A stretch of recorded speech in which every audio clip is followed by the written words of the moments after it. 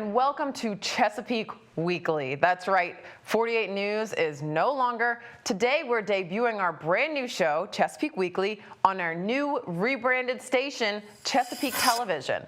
We're excited to bring to you a fresh new look with the same great local content you've come to expect from us.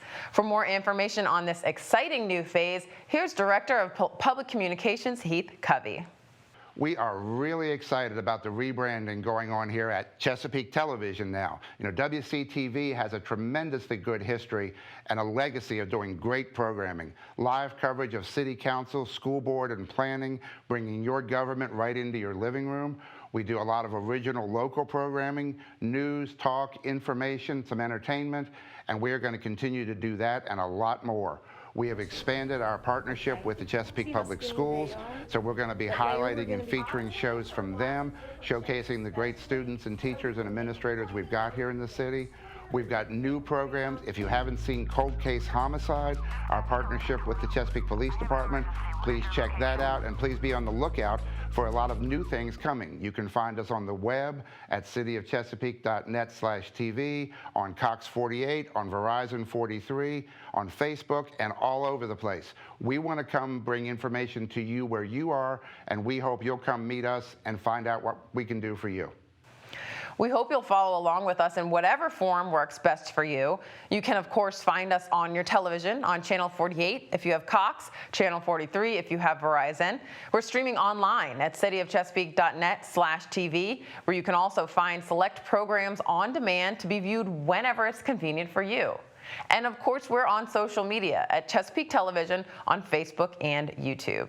Now, throughout this first edition of Chesapeake Weekly, we'll be highlighting a few of our other shows available on this station to give you a little glimpse into what we have to offer here on Chesapeake Television. Let's get started. This week, Chesapeake students are back in the classroom, probably coming home with new books, new friends, and possibly some new apps on their phone. Now, if you don't know what's on your child's phone, you might want to find out. Check out this clip from the September edition of A Closer Look when Chesapeake Television's Karen Myers spoke with Police Detective David Weir about app safety. And having a phone is not a right, it's a privilege, just like driving. Right. And there's a lot of resources online. You can Google basically cell phone contracts and and you can tailor it to what you want, for you and your right. child, and make sure that you have that contract in place, and you know that you have there's consequences when you violate the contract. So speaking up front, this is what you'll use your phone for. So it's like if you download apps, you make sure you get parental approval first before you post something. Make sure that you're also getting approval for that. And that you know all the passwords for how to get into the phone, how to get into all their social media sites. And if, as a parent, if you don't know what an app is, you're looking through it, and you're like, well, that doesn't look right, just Google it, and you can definitely find it, and you'll find out, hey, is this good for my child to have? Yeah, that's my weapon. It's legal. Yeah, not on school property. Not on school property. When the unthinkable happens, our first responders are prepared and trained to do everything they can to get the situation under control. Chesapeake Public Schools recently collaborated with Chesapeake first responders for an active threat training at Hickory High School. Please, please, please. The training exercise last week allowed the school division to practice our part of a crisis management, as well as the police and fire with their response, coming in and tying all those pieces together to ensure that we close any gaps there may have been, and to look at what we need to do in the future to make sure that we're providing the safest environment we can for our students and faculty and staff. Well, we spent the whole year really practicing and preparing, actually the last several years, but this year in particular, we have been participating in lots of drills very specific to this event. We went through first aid training, lockdown drill training, and it's really an opportunity to put all of those learning experiences to the test. You know, even though we spent the whole year really focusing on different aspects of an active threat, this was an opportunity for us to actually put it into practice, because a lot of what you do in these experiences is you use common sense and problem solving, and really you get to pull from your learning and put it into action, and this is an opportunity for us to do that. I think parents should know that we take school safety very seriously in the city of Chesapeake, and not only just the school division, but police and fire also, and our other stakeholders are all on the same page with what it takes to make the building safe and students and faculty safe, and that we take threats very seriously. Anytime that there's an incident that causes alarm or concern, we investigate it fully along with the police department, and whatever role the fire department needs to play, they will as well. And we see through to the end to make sure we've covered as much as we possibly can. It was a powerful experience. We learned a whole lot, and I know our partners, who are incredible partners for us, the police, fire, emergency services, public safety, all have been working with us for many years, but in particular this past year preparing for this event. Now, in the event of a real security incident at a Chesapeake public school, you'd be able to find information at cpschools.com/emergency, as well as on the school's Twitter at cpschoolsva and the city's Twitter at About Chesapeake. Now, who says back to school is just for kids? You too can start your next journey in learning with free educational opportunities courtesy of Chesapeake Public Libraries. While kids are going back to school, adults can learn too online. We have all types of courses for your personal, professional, and career improvement or just for fun.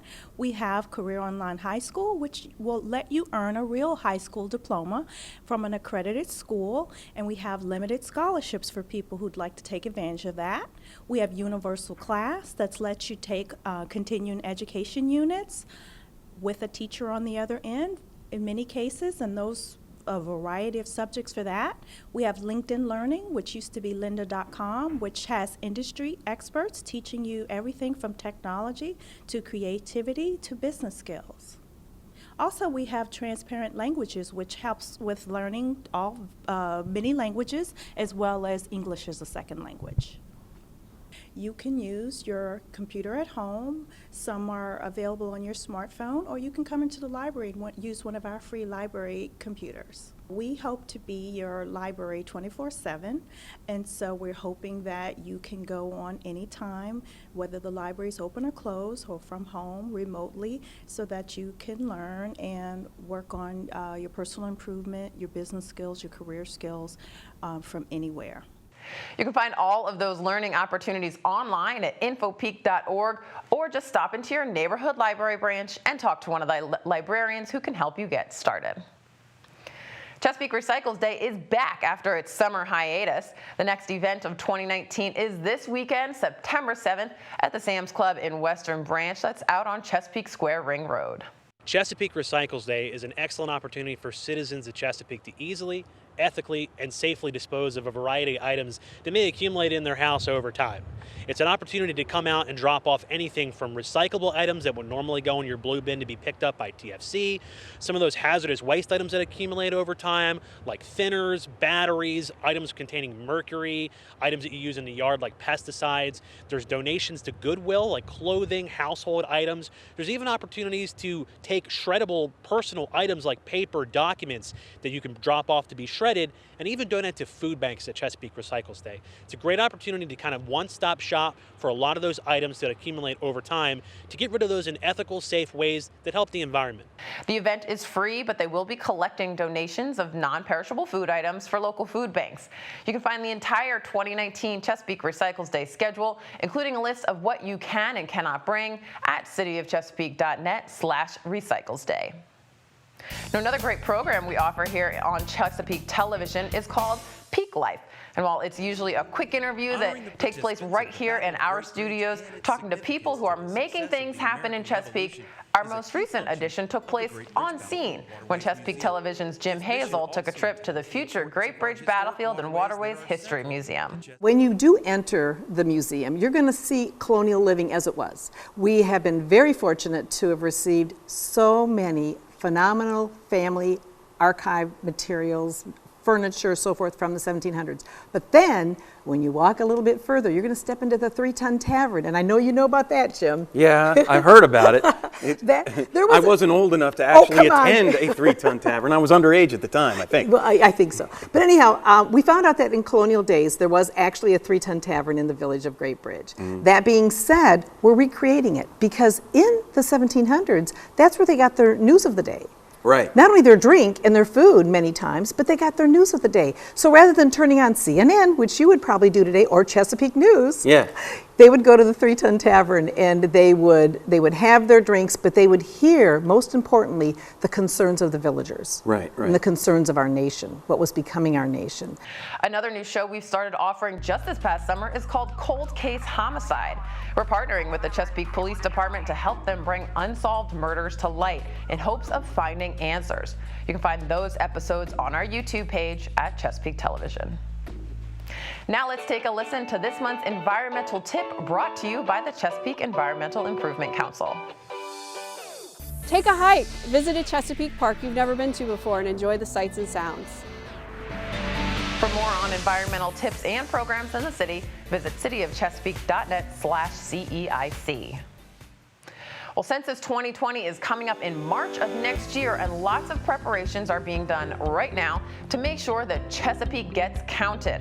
Starting now through mid-October, census address canvassers will be working in several Chesapeake neighborhoods. They'll knock on the door and will request verification of the physical address and whether or not there are additional living quarters on the property. Now, this information will only be used to ensure an accurate count next year. It will not be used for any other purpose. All Census Bureau employees should introduce themselves and show their official government ID badge. They will also be carrying a laptop and a bag with the Census 2020 logo. We're compiling all the information you need to know on the very important Census 2020, and you can find all of that information on the city's website. The 5th Annual Teen Suicide Prevention Forum takes place on Saturday, September 28th from 11 to 1 at the Central Library. This event will include a panel discussion with behavioral therapists, mental health advocates, and school administrators.